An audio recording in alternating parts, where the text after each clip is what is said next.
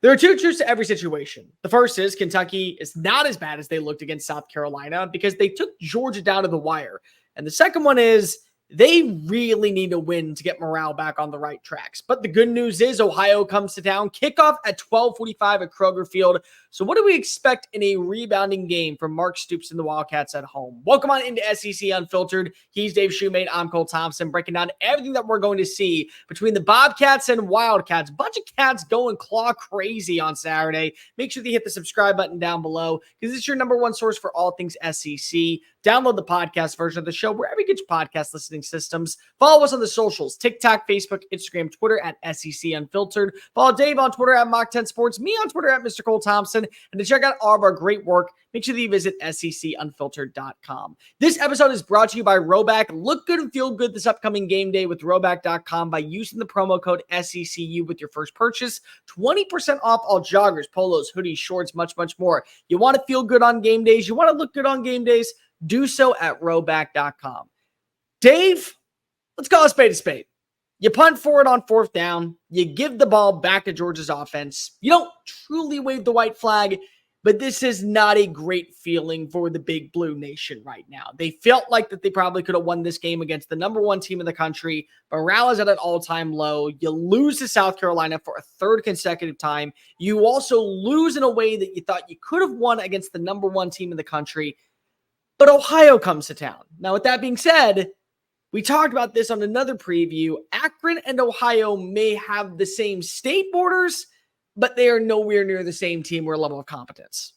No, you're right. And they may share the same conference in the MAC, but Ohio, they didn't play a bad game against Syracuse this year. And you talked a little bit about them last night, but Fran Brown and them are a pretty solid ACC club this year in his first year. So this isn't a my point being, this isn't a roll the ball game out. It's stuck in between playing the number one team in the country in Georgia. Like you said, you felt like you had a chance to win. Probably should have went for it on 4th and 8. You're a 24-point underdog. Got to give yourself the best opportunity to have a chance to win at the end of the game. And you also are looking ahead next week to another SEC opportunity where you currently sit 0-2. But you look at that schedule, you go on the road to Vaught-Hemingway Stadium in Oxford, Mississippi to play Ole Miss. So from a strength of schedule standpoint, it doesn't get any easier, but you are in a spot where you could be looking ahead. But if you look too far ahead with the way they've been playing offense, with the way Kentucky's been playing offense, just seems like Bush Hamden, Brock Vandagriff, and them can't get on the same page. Look better. It looked like the offensive line played a little more physicality in unison last week than they did against South Carolina the week prior. But this offense isn't in any way, shape, or form ready to just roll the balls out to allow the Kentucky team to just be like, hey, we'll go get a win against Ohio in this MAC team. Ohio overall solid, comes in at 2-1, first in the MAC. They did lose to Syracuse. They brought that up 38-22. Good overall ground game. But then they come back and they find a gutsy win at home against South Alabama. They beat Morgan State 21-6. Parker Navarro is their starting quarterback. Dave knows him pretty well from his time at UCF. 68.5 completion percentage, 2 touchdowns against 4 interceptions, 129 passer rating. Anthony Tyus is your leading running back, 7.5 yards per play. He also has 4 tutties on the ground. He's averaging 7.5 yards a run. Coleman Owen and Chase Hendricks seem to be the star receivers for this team. 282 yards combined with 1 touchdown on the day. Gianni Speckett has been great when it comes to field goals and extra points. And Austin Bradley is the leading tackler with 23 stops and also a pass deflection. So, Dave, again, this is a team that we know in the past has always been competitive in the MAC. They did lose Curtis Rourke this offseason to Indiana. They're kind of implementing a brand new offense. You now have kind of a more stable unit than you probably expected. What I wonder is for me, as much as I want to believe that this is a game that Kentucky should win, my entire emphasis on this game is going to be, can you stay the course? Can you put last week's heartbreaking loss behind you, but also not start looking too far ahead to what you have next week at Vaught-Hemingway? Because again, the way that you played against Georgia, that looked like a team that could easily hold its own against South Carolina. It looks like a team that could give fits to Ole Miss. It looks like a team that could go toe-to-toe with Kentucky. With LSU.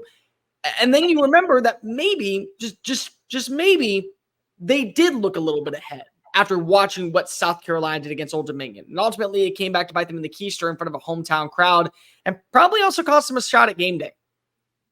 No, I mean, yeah, 100%. I mean, I feel like if you really ask Kentucky fans, Mark Stoops right now, they would tell you this is not where they thought they'd be. Now, I'm not saying going into the year, I think any realistic person thought they were going to beat Georgia, but it's not even the way they're just 1-2. It's just how they looked in that South Carolina game and just some opportunities you left on the table against Georgia to beat them. And you just, like you said, you really have no momentum. If you really want to clear any momentum you have for the season, you go lose this at home, or you come down to the wire before you go make a trip to Oxford. That, again, nobody is going to be picking you to win at that 11 a.m. kickoff next week in Vaught-Hemingway Stadium.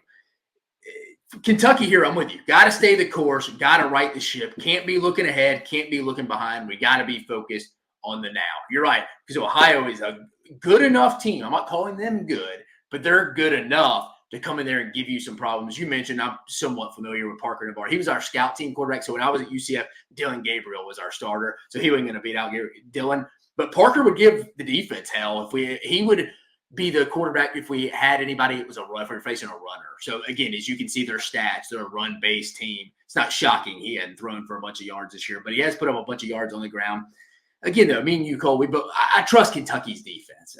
That's not really anybody I'm really going to, again, didn't even probably play as bad as it looked against South Carolina. Just kind of got away from them and they maybe quit. I think they'll be able to handle that. Nothing is just turnovers from Kentucky's offense.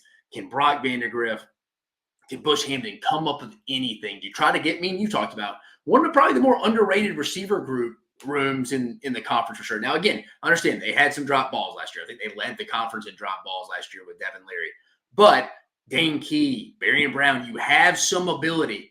The Macklin kid who transferred over from North Texas, they have some weapons. If they can get it to the outside, I like their tight ends, Jordan Dingle. They just have to be able to maneuver the pocket, move Brock Vandagriff outside the pocket to get him a little uncomfortable, get some throws early that get him some confidence. You got to get that going. That's what I want to see Kentucky work on this week is how do we get that short intermediate passing game going? Because let's don't worry about the third level vertical passing game yet. Let's crawl before we can walk here, guys. So that's what I would like to see if I'm Kentucky. I trust the defense. They're going to play well enough to win this football game. It's the offense cannot turn it over and give short fields, and that's where Kentucky would get in trouble.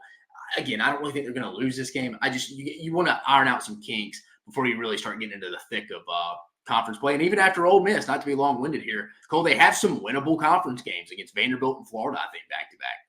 It's not over just yet. Brock Vandagriff finishes with a 51.9 completion percentage, 114 yards. That offensive line, as much as we want to give credit to Georgia having a great defense, that offensive line still has plenty of questions. And it will get tested against Ohio, and it certainly will get tested next week when you travel down to Oxford to face off against Princely, Ewan, Manley Yellen, Walter Nolan, and a cast of rebels that are certain to feast because they want to prove why they are a top 5 team. It just needs to show competence at this point. I think that when you look at the situation that goes on in Lexington right now, Brock Vandagriff gives you your best shot to win. Because if he didn't, you probably would have immediately turned to Gavin Wimsatt, who also has starting experience coming on in from Rutgers. And it's evidently clear that if you want to trust that you have a guy in number 12 to be that standout, he gives you your best shot. The question is, what is that best shot? Is it 8-4? Is it 9-3? Is it somehow running the table, going undefeated the rest of the year, getting to that 10-2 marker? Because I'm not ready to give up on this Bush Hamdan Brock Vandagriff relationship just yet. But when you look at the way that last season Taylon Green was able to make these highlight throws out in Boise, Idaho, with him as his quarterback coach, you saw a sense of stableness. You saw a sense of that mobility playing a factor.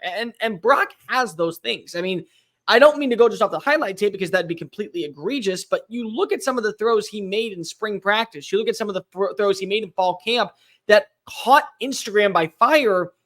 That's available. It's in there. And then the mobility aspect of things. I mean, this is a guy who has been your quality number 2 runner, 26 yards on the day, picked up a couple first downs, both in South Carolina game and at last week against the Bulldogs. I'm not ready to go ahead and give up on him, but my question is at this point, you got to be able to show that the mental mistakes, throwing in a double coverage, going through your read on a timely basis, those are all there in this matchup. Because if it's not, well, then what are we doing here?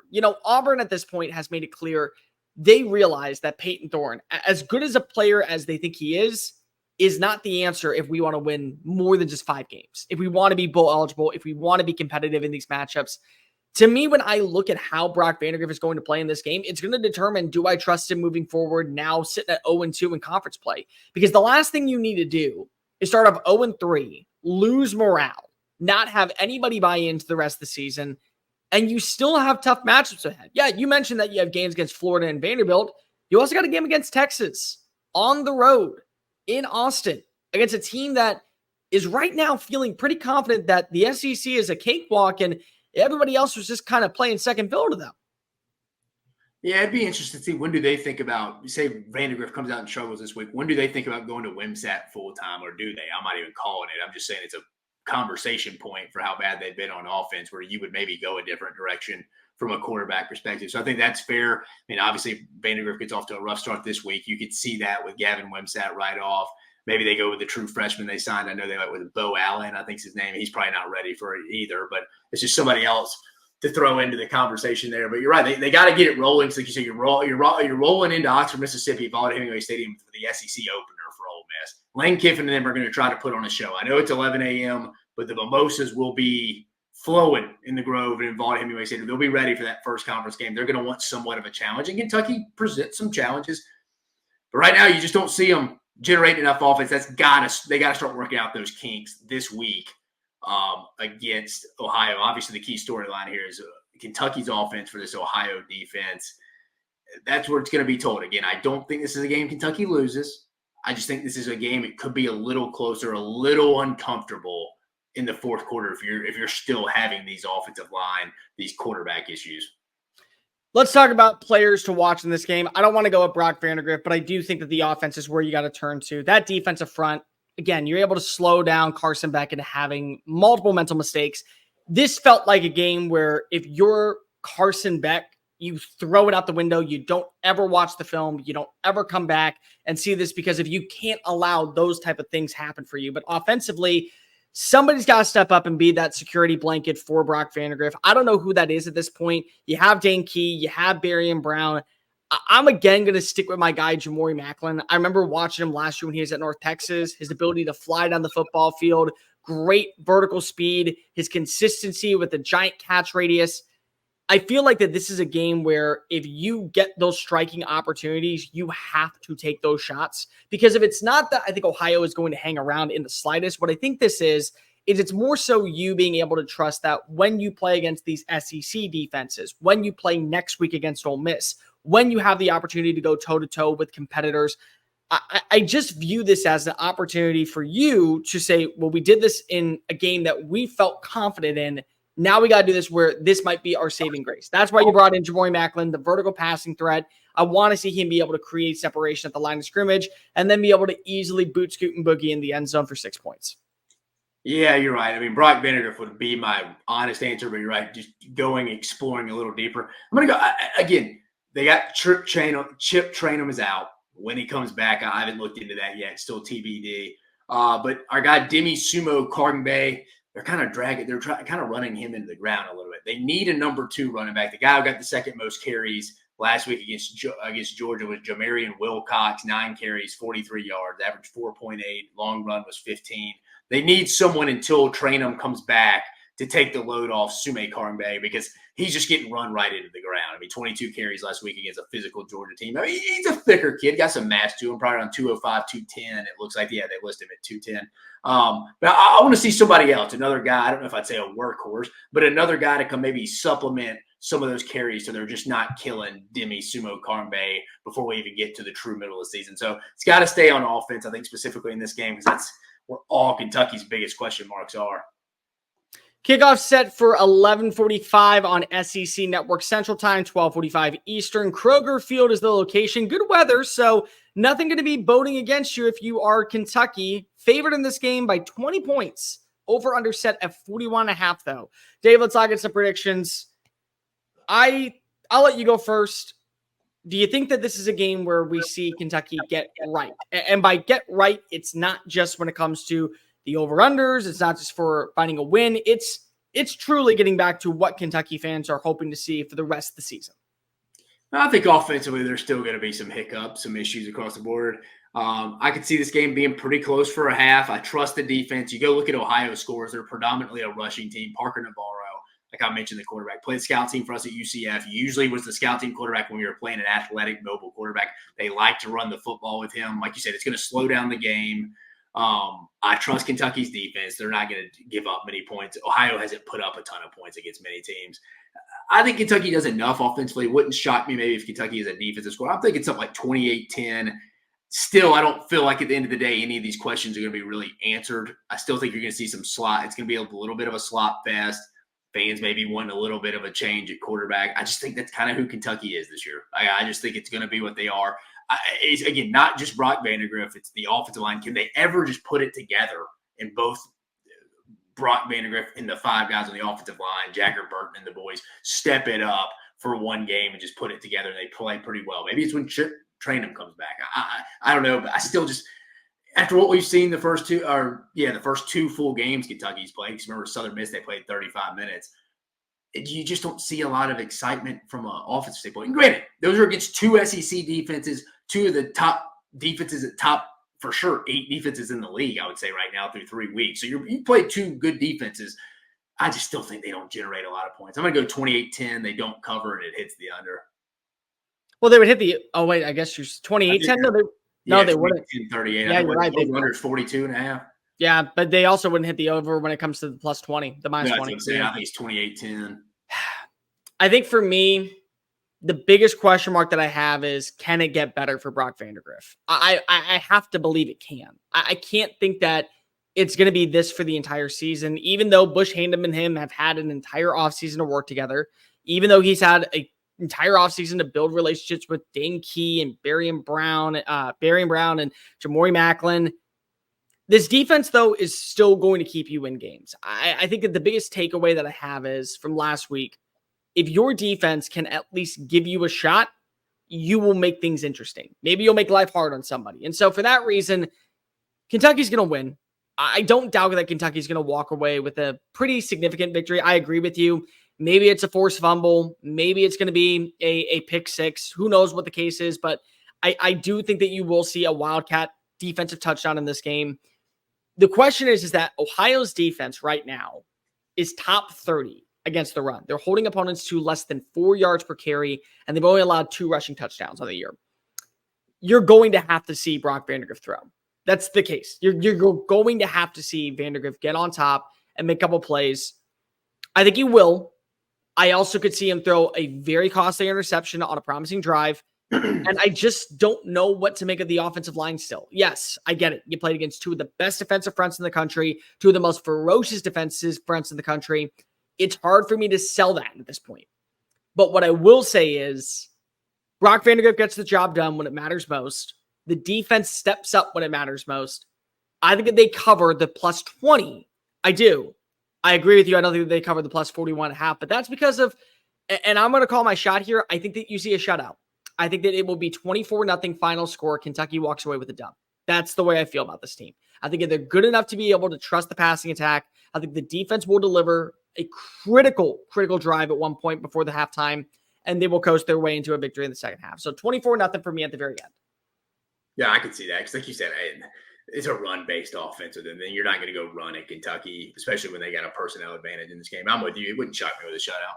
Like, rate, review, subscribe. Make sure that you hit the follow button down below because we're breaking down every single SEC game of 2024. Post-game show, live reactions, Sunday Fun Day, all of that nonsense right here on SEC Unfiltered. Make sure that also you follow us on the social channels, TikTok, Facebook, Instagram, Twitter at SEC Unfiltered. Follow Dave on Twitter at Mock10 Sports, me on Twitter at Mr. Cole Thompson. And to check out all of our great work, make sure that you visit SECUnfiltered.com. For Dave Shumate, I'm Cole Thompson. Big Blue Nation. Later.